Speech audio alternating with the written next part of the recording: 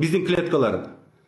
Ошо дарынын, аптекадагы химикаттын жетпей калганынан оорубайт туугандар. Бизге ошо микронутриенттер жетпей калганда. Бул деген ошо фитонутриенттер, биофлавоноиды, индолы, зафлавоны, антиоксиданты булардын баарын топтоп келип бат деп койгон. Бул деген биологически активный добавки. Мен аны реклама кылып аткан жерим жок. Бирок ошондой чыгарган фирмалар бар. Тазим этиш керек аларга. Ошону элге таркатып жүргөн адамдарга тазим этиш керек, например. Бирок билип туруп, назначение менен алгыланы, жүгүрүп барып эле ала бербестен. Назначение алып алыңыздар да барып керектүү нерселер бар да. Мына элементардуу айтайын. Витамин D2 дегенди көпчүлүгү билбейт. Эргокальциферол дейт. Энен жатынан бала төрөлгөндө дисплазия болуп калып атат. Жан баштары чыгып калып атат. Ортого таякты коюп гипс кылып коюп атышат. Илгери мындайлар жок эле. Азырабай күчөп кетти, көбөйүп кетти. Рахит болуп төрөлүп калып атат. Эмне себептен ошол? Ошонун себеби буга протокол бар. Мен патологтун алып айтып аткан жерим жок. Научно-исследовательский институтта чыгарылган протоколдор бар. 1000 деген клиникалык исследование кылынган. Бул ошо D2-нын жетишпегендиги. D3 эмес, D2-нын жетишпегендиги. D2 деген бул эргокальциферол. Ал деген биз жеген тамак аркылуу кирет. А D3 деген бул как гормон, күндүн нурунан алабыз. Ошо күндүн нурунан да туура алганды билиш керек. Эртеменки 11ден кечки 12ге чейинки мезгилде күндүн нуру туура градуста турат экен. Ошондо биздин кожабызга келип ультрафиолетовый лучтар кожада эме жаратат экен.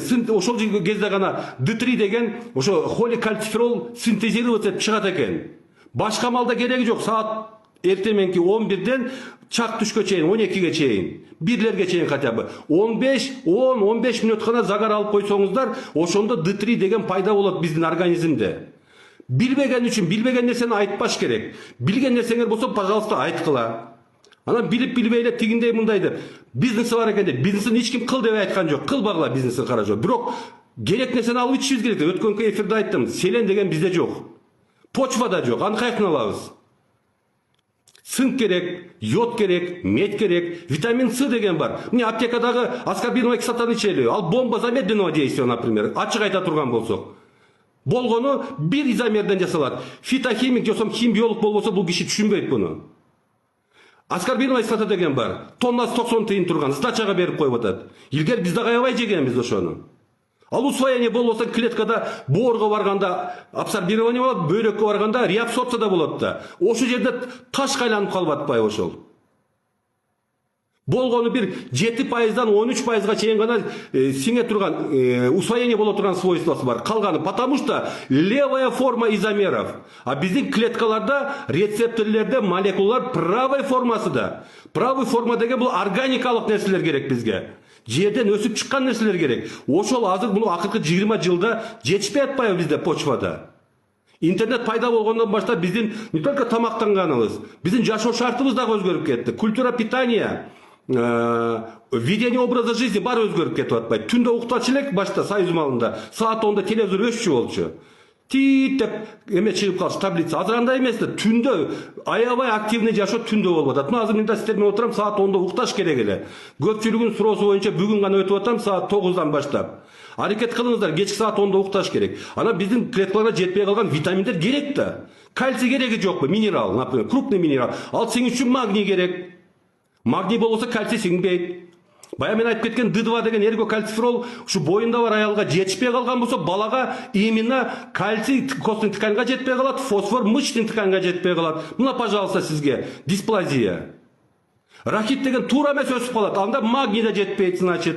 Скелет туура өсүш үчүн, скелет эненин в утробе матери жаткан балада обязательно магний керек, обязательно D3 керек, обязательно D2 деген керек, эргокальциферол, холикальциферол. Билбеген соң айтыштын кереги жок. Биринчи хотя бы маломайский какой-то знание болсун нутрициология боюнча. Анан айтсаңыздар болот. Билип билбей эле туура эмес. Эми ар бир адам өзүңүзгө жооп бересиздер. Акыретте баарыбыз жооп беребиз. Ким туура айтып аткан, ким туура эмес айтып аткандар. Көп кезде ушундай бир оюм кетип калат, ушу аптека жактан, мына фармакология жактан каржыланган адамдар чыгып сүйлөп атабы деп. Ушундай зияним кейт да. Андай кылбаңыздар. Ушу врачтардын арасынан айтып атат. Аябай жакшы авторитеттүү врачтардын арасынан айтып атат. Ага эл ишенет да. Андай кылбаңыздар. Есть метод медикаментозное лечение, анан профилактика деген бар. Аны ачык айтпайсыңарбы? Профилактика только витамина минералдык комплекс менен болот. Тура тамактануу менен болот. Водный баласы тура кармаган менен болот. Позитивный настрой деген, адекватная физическая нагрузка деген бар. Правильный здоровый сон деген бар. Эмне себептен буларды айтпайсыңар? Кечке эле аптекага жүгүрткөн туура эмес ал. Ал туура эмес туугандар. Туура түшүнүңүздөр. Ооздон жагым жыт чыкканда ал жөнүндө